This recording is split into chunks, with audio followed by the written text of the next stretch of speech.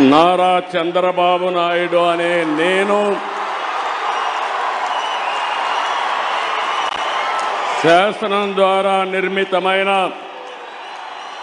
భారత రాజ్యాంగం పట్ల నిజమైన విశ్వాసం విధేయత చూపుతానని భారతదేశ సార్వభౌమాధికారాన్ని సమగ్రతను కాపాడుతానని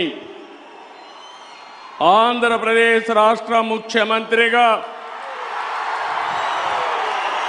నా కర్తవ్యాలను శ్రద్ధతో అంతఃకరణ శుద్ధితో నిర్వహిస్తానని భయం గాని పక్షపాతం గాని రాగద్వేషాలు గాని లేకుండా రాజ్యాంగాన్ని శాసనాలను అనుసరించి ప్రజలందరికీ న్యాయం చేకూరుస్తానని దైవ సాక్షిగా ప్రమాణం చేస్తున్నాను.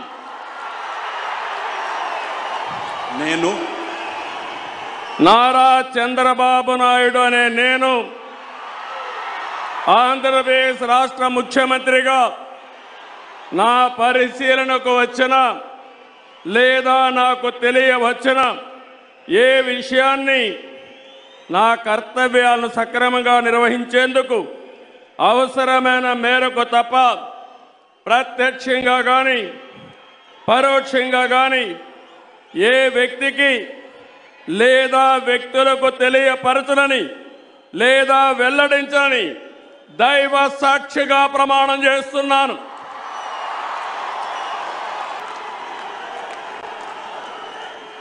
చూసి మనమంతా ముక్కును వేలేసుకోవాల్సినటువంటి పరిస్థితి వస్తున్నటువంటి సందర్భాన్ని దృష్టిలోకి తెచ్చుకున్నటువంటి యువ నాయకుడు చంద్రబాబు నాయుడు గారి నుంచి పుణికిపుచ్చుకున్నటువంటి సంస్కార భావాలతోటి అత్యంత వినయంతో మానవ జీవన గమ్యాన్ని వైభవాలకి దీటుగా ఇవాళ ఆ రోజున శ్రీ ఎన్టీఆర్ తర్వాత శ్రీ చంద్రబాబు నాయుడు గారు వారి యొక్క నేతృత్వంలో 4వసారి ముఖ్యమంత్రి చూసుకుంటే ఈ ప్రమాణ స్వీకార మహోత్సవం గజదళం అశ్వదళం అభిముఖం అన్న రేంజ్లో నభూతో నభవిష్యతి అనే విధంగా జరుపుకుంటున్న క్షణం. అంటే మనకు తెలుసు గతంలో వారి యొక్క నేతృత్వంలో నదుల అనుసంధానం కావచ్చు, నూతన రాజధాని ఏర్పాట్లు కావచ్చు, రహదారుల నిర్మాణ వ్యవసాయ విధానాలు కావచ్చు, ప్రతి చోట పారదర్శకత కావచ్చు అలా అవసరం అనిపించింది. It gives us great pleasure to welcome all the dignitaries across the world. ఇప్పుడు ఒక సాంస్కృతిక అంశంలోకి వెళ్లే ముందు ఒక ఆడియో విజువల్. అమరావతి నిర్మాణాలు అన్ని సంచలనాలే.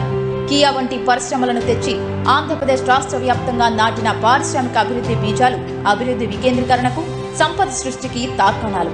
అభివృద్ధికి బ్రాండ్ అంబాసిడర్ అనిపించుకున్న శ్రీ చంద్రబాబు నాయుడు గారే తనలోని మానవత్వాన్ని చాటుతూ సంచలన సంక్షేమ పథకాలను విజయవంతంగా అమలు చేశారు. పింఛన్ల విషయాన్నే తీసుకుంటే అన్న ఎన్టీఆర్ 1984లో 30 రూపాయల పింఛనిస్తే చంద్రబాబు గారు 1995లో మొదటిసారి ముఖ్యమంత్రి కాగానే 75 రూపాయలు చేశారు. అలాగే 2014లో 200 ఉన్న పింఛన్ని 5 ఏళ్లలో 2000 అంటే 10 రెట్లు పెంచారు. 10 ఏళ్లలో తనకంటూ ఒక ప్రత్యేకతను సంతరించుకున్నారు. తండ్రికి తగ్గ తనయుడు. 5 ఏళ్ల కీలక శాఖలకు ముఖ్యమంత్రిగా నవ్యాంధ్రకు పెట్టుబడుల కలను తీసుకొచ్చిన లోకేష్ గత 5 ఏళ్లుగా ప్రతిపక్షానికి